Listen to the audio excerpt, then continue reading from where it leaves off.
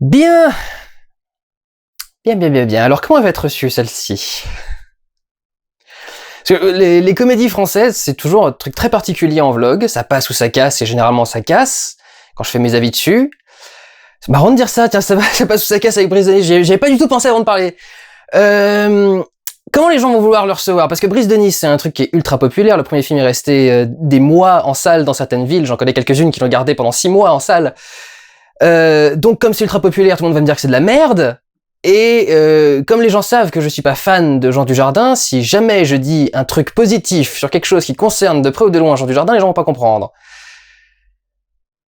Alors comment ça s'est passé? Il se trouve que je suis resté très très loin de la vague Brice Denis quand elle est arrivée. Décidément, mais j'y pense même pas en plus. Je suis resté très loin de la vague Brice Denis quand c'est arrivé, parce que je suis pas du tout rentré dans le délire. Le personnage ne m'a jamais parlé. Je trouvais qu'il était beaucoup trop con pour moi. J'aime pas l'humour con et j'aime pas les cons.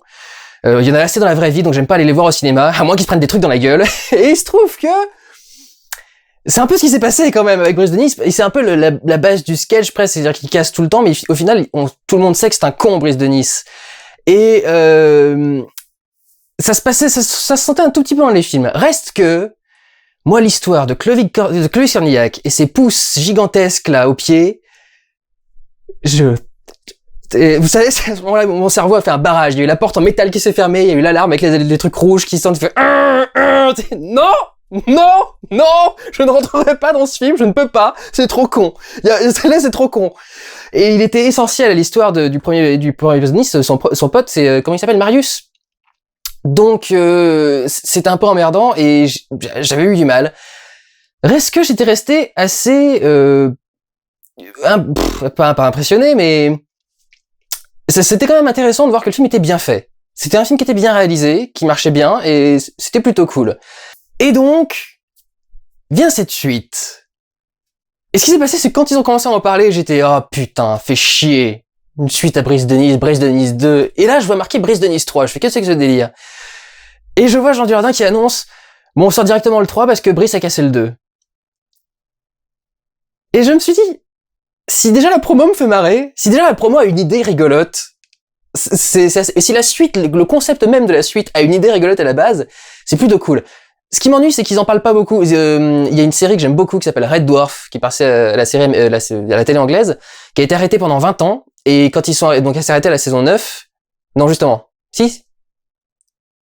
Ils sont arrêtés à la saison 8, si je me rappelle bien. Et ils sont revenus avec la saison 10, en disant, en fait, on a fait la 9, mais on est passé dans un trou noir, elle a disparu, ou machin genre là, et la saison 9 n'existe plus. Et je pensais qu'ils allaient faire ça avec ce film-là, il se trouve que non. Maintenant que j'ai fait toute cette introduction, parce que le truc c'est, tout le monde s'énerve facilement, donc j'essaye de dire d'où je viens. Maintenant que j'ai fait toute cette introduction, Brice 3 est pas mal. C'est toujours pas un film que je kiffe à fond, mais Brice 3 est pas mal. L'histoire, c'est que Brice a pas changé, ça fait 10 ans que le film est sorti, 11 ans, mais Brice a pas changé, c'est toujours le même con, c'est toujours le même mec dans sa tête, et le monde autour de lui change, donc lui va devoir essayer de s'adapter à certaines choses. Et en particulier, la ville de Nice va finir par le virer de sa plage, parce qu'ils veulent nettoyer et qu'ils en ont marre de son truc qui traîne, et donc il va recevoir une carte de son ami Marius, pas du tout lié au fait qu'il ait plus de maison, mais qui tombe comme par hasard au moment où il faut, c'est de la comédie, c'est nécessaire. Et donc, va lui proposer de le rejoindre. Mais comme Brice est trop con, il va même pas, il voit même pas où. Je vous dis pas où, comment il trouve où. Et ça va être le début de l'histoire de Brice, qui va donc vivre tout un tas d'aventures qui vont lui permettre de plus ou moins découvrir un truc sur lui-même. Petit aspect rigolo, c'est que alors c'est un peu la même astuce que, attention, faut pas qu'Aladin. L'histoire est racontée par un narrateur du futur qui la raconte au passé, et ce qui permet encore une fois de jouer sur plein de choses. Et voilà, ça va être le truc. J'aime pas le personnage, j'aime pas Brice, parce que c'est un enfant et un ado dans le corps d'un adulte. Et je supporte pas ce genre les enfants et les ados. Vous les mettez dans le corps d'un adulte, ça passe, mais très peu. Et j'aime pas le personnage. Le truc, c'est que finalement, ce film est pas tant sur le personnage. Ça se voit très bien pour une raison assez simple, c'est que le dernier tiers du film est beaucoup moins fun que les 2 tiers qui l'ont précédé, parce que les 2 tiers qui l'ont précédé, c'est quasi que du sketch et des péripéties. C'est juste Brice qui essaye de comprendre où est-ce qu'il doit aller. Il met déjà les 2 tiers du film à comprendre où est-ce qu'il doit aller. Et une fois qu'il y est, le film ralentit un petit peu parce qu'effectivement, il y a plus de découverte. Le personnage est là et il y a plus qu'à le faire interagir avec ce qui est présent autour de lui. Et du coup, c'est là qu'il y a une petite baisse de rythme. Alors que jusqu'à là, le rythme est super soutenu parce que justement, le film change tout le temps de lieu, tout le temps de scène, tout le temps de personnage, tout le temps de sketch. Donc ça passe très très vite, ça en enchaîne plein et du coup on peut continuer sur une vague de rire. Attends, c'est marrant, il y a que des allusions au surf. La première blague vous fait un petit peu marrer, puis il y en a une deuxième qui arrive juste après, donc ça monte et puis machin. Et puis le film vous prend comme ça en fait. Le film arrive à très bien gérer son rythme. Et pour une comédie, le rythme c'est essentiel. Et au début du film, le rythme est parfait. Et c'est vrai que quand on arrive, effectivement, quand il finit par se poser, quand il arrive à l'endroit nécessaire pour que l'histoire continue vraiment à se développer et qu'on arrive à la conclusion du truc, là, il y a un petit ralentissement et ça devient un petit peu moins fun. Et vraiment, clairement, la salle rigolait beaucoup moins. Mais du coup, maintenant, on est rentré dans l'histoire, on s'est un petit peu attaché au personnage quand même entre temps. Et donc, du coup, le truc, moi en tout cas, la salle était ravie. Une des pires salles de toute ma vie. C'est pour ça que je dis que Jean Dujardin doit comprendre que Brice Denis a encouragé un sale truc et qu'il a créé un monstre. Je n'ai jamais vu une salle aussi bordélique avant qu'un film commence. Évidemment, tout le monde s'en fout des bandes annonces et des pubs, mais enfin, il y a des limites au degré de bordel qu'on peut foutre. 20 secondes de chute. C'est-à-dire que d'abord, il y a ceux qui voulaient vraiment que les gens se taisent, et puis ensuite, il y a ceux qui voulaient se foutre de leur gueule, qui ont réenchaîné ensuite. Du coup, il y a ceux qui voulaient vraiment qu'on se taise, qui ont réenchaîné après ceux qui ont enchaîné pour se foutre de leur gueule. Une foule formidable.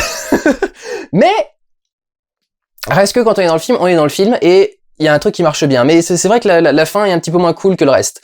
Pour le reste, c'est vraiment de la vanne, c'est du sketch, c'est beaucoup l'univers de Brice, et à ce niveau-là d'ailleurs, il y a un très beau travail quand même de décor et d'accessoires, parce que c'était aussi dans le premier film d'ailleurs, mais tout ce qui entoure Brice de son lieu de vie, ça fourmille de détails, c'est impressionnant, il y a tellement de trucs qui sont mis en place, il a des espèces de trappes et de machins à tirer, comment ça s'appelle, Alexandre le Bienheureux, on dirait un peu ça, il a plein de trucs à tirer avec des trucs qui lui tombent du plafond, et c'est sa brosse à dents et son machin, et c'est plein de trucs créés pour lui, tous les trucs, il a des jeux de société, je crois spécialement pour lui, tous ces petits trucs-là qui sont juste visuels.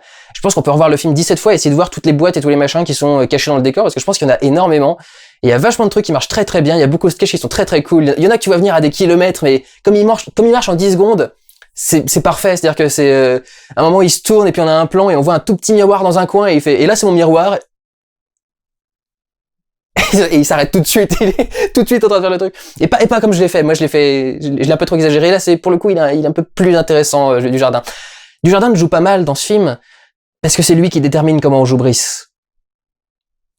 C'est lui qui crée le personnage, c'est lui qui choisit comment il doit être interprété. Donc il peut pas mal jouer son propre personnage. C'est son personnage, c'est lui qui décide comment est-ce que Brice doit jouer. C'est pas un personnage classique, Brice. C'est un personnage qui est en plus dans ce film, donc c'est enfant, adolescent, et il y a un gros côté cartoon dans ce film-là. Il y a vraiment un gros truc où on va très souvent faire vous savez le coup du Bip Bip et Ville Coyote, si vous regardez les cartoons, quand ils se courent après et qu'à chaque fois il y a l'image qui s'arrête, et qu'on a Vilus Coyotus ou les trucs dans ce genre-là qui s'affichent, c'est un peu la même chose, c'est-à-dire que là, des fois l'action va se figer, les personnages vont rester en l'air, mais ils vont pouvoir continuer à parler, ils vont pouvoir continuer à faire des trucs alors qu'ils sont figés en l'air ou des choses dans ce genre-là. Ce qui marche très très bien. Il y a c'est généralement très bien tourné. Et au début, il y a toute une séquence snowboard qui est très très cool, qui est très bien faite. Les séquences sous l'eau sont généralement bien faites aussi. Il y a beaucoup d'effets spéciaux. C'est souvent des trucs pour faire des délires, plus dans des trips de Brice. Mais c'est vachement bien fait aussi. Toujours dans la réalisation, il y a de très très beaux maquillages aussi. Vous pouvez pas comprendre si vous n'avez pas vu le film, mais Brice est très très bien maquillé. Et la performance de Jean Dujardin dans cette version-là, je la trouvais géniale. Le personnage est génial. Mais que ce soit Brice ou un autre, ça marcherait super bien.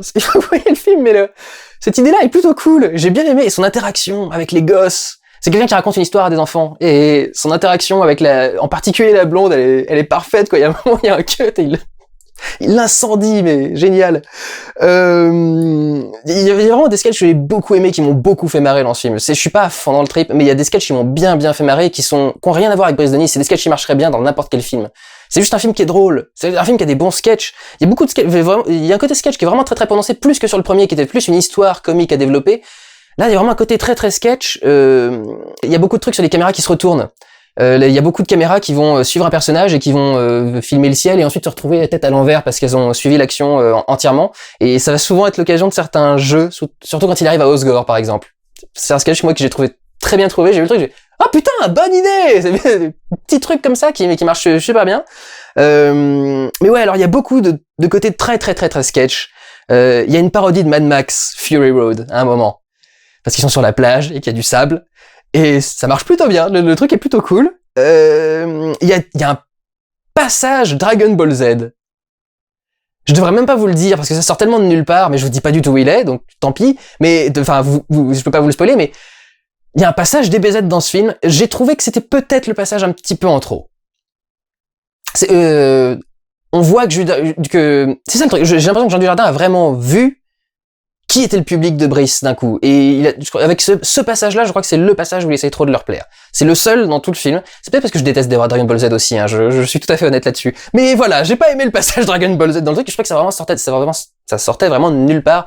Même pour une comédie, c'était très étrange d'un coup. Quand on a Sidera qui débarque dans Lou, Journal infime de Julien Nil, qui était sorti il y a 2 ans, c'est logique, c'est plus normal que ça vienne dans l'histoire, et ça revient plusieurs fois, donc il y a vraiment un côté très logique qui s'installe. Là, vraiment, ça vient de nulle part, et ça paraît juste être là pour la blague de Dragon Ball Z. Donc, pas trop fan de cette partie-là, mais tout le reste est vraiment très bien trouvé. Il y a beaucoup d'allusions qui sont bien cachées, entre guillemets, mais si vous avez vu le film, vous n'aurez pas 2 secondes de doute sur les allusions à Retour vers le futur.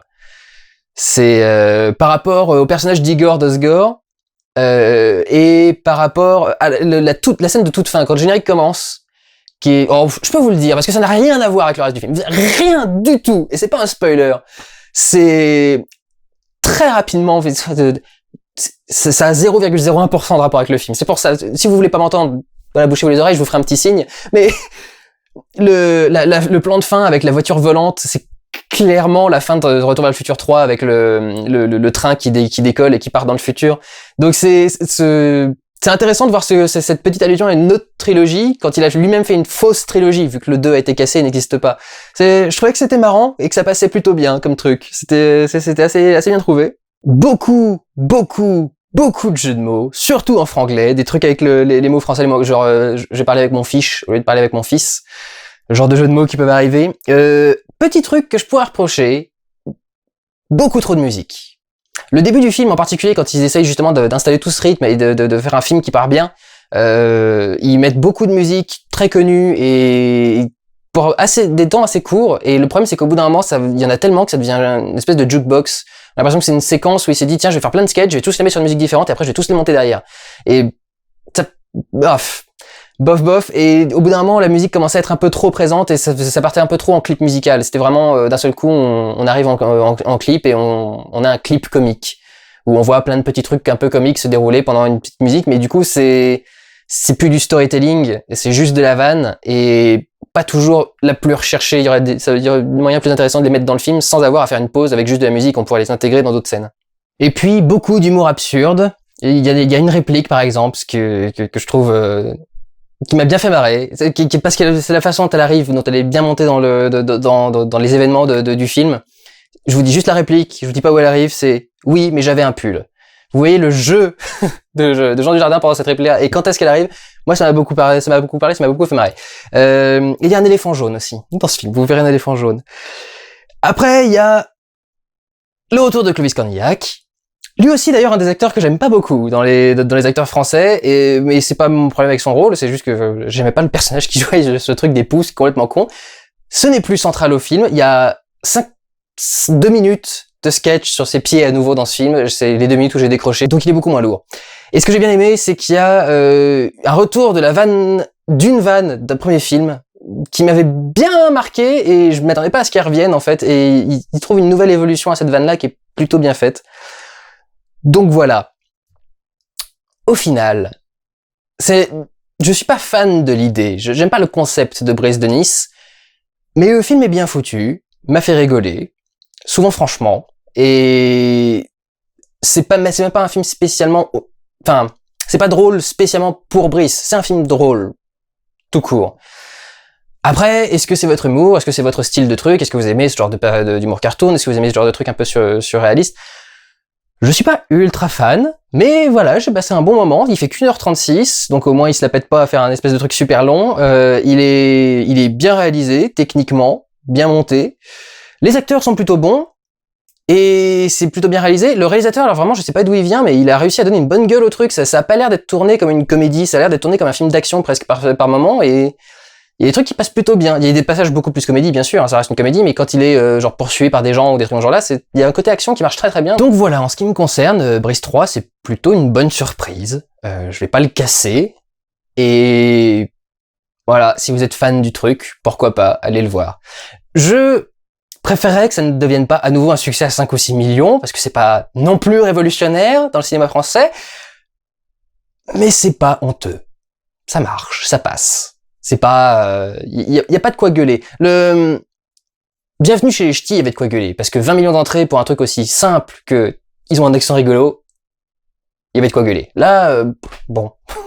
c'est un personnage spécifique, je crois même pas qu'il ait réussi à marcher, ce personnage, parce que l'émission dont il vient a complètement été oubliée, enfin presque tout a été oublié. Heureusement que Jean Dujardin a laissé sa trace avec un gars et une fille, parce que sinon, je pense que le personnage aurait disparu aussi. Mais il a réussi à le faire marcher, à le vendre et à le vendre carrément bien. Donc voilà, c'est assez surprenant le cinéma français, et il est le seul à peu près à avoir un personnage comme ça. On verra Max et Léon dans peu de temps, on verra bien ce que ça vaut. Franchement, j'aurais voulu plus lui mettre sur la gueule, mais il y a pas de quoi lui mettre sur la gueule. Parce que j'ai pas du tout aimé Brice 1, c'est vraiment, je peux même pas le revoir ce film, mais ouais, Brice 3, ça passe. Et ça passe, et ça passe, et ça passe. Waouh! Bon! Donc j'ai fini sur Brice, je vous retrouve un peu plus tard pour une vidéo sur Jack Reacher 2. Prenez soin de vous, allez voir des films, ciao!